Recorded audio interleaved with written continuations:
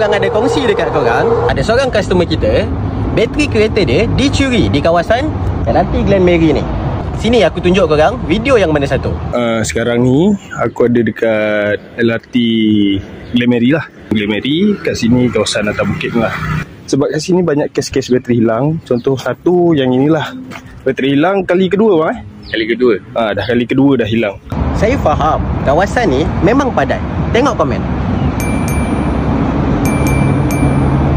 Hari ni saya nak tunjuk dekat korang yang ada 2 spot kita sendiri pernah attend, bateri customer kita kena curi. Okey, sana tu stesen. Ini spot yang pertama. Jom. Korang tengok. Sekarang ni dah pukul 4.40. Kawasan ni sunyi. Padahal kita dah nak balik kerja dah ni.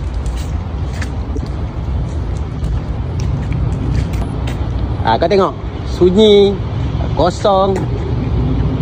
Kawasan ni memang spot bahaya lah sebenarnya kalau korang nak parking kereta korang. Bukan setakat boleh dicalakan, bukan setakat boleh dipancitkan tayar, boleh juga nak curi bateri. Kita tak tahu apa akan berlaku guys. Korang jangan parking kat sini. Kalau boleh elakkan guys. Sebab kawasan ni memang sunyi gila. Nampak? Tak ada satu orang pun kat sini yang lalu. Memang bahaya lah untuk korang parking kereta korang. Okey, sekarang saya nak tunjuk kat korang spot yang kedua yang korang patut elakkan.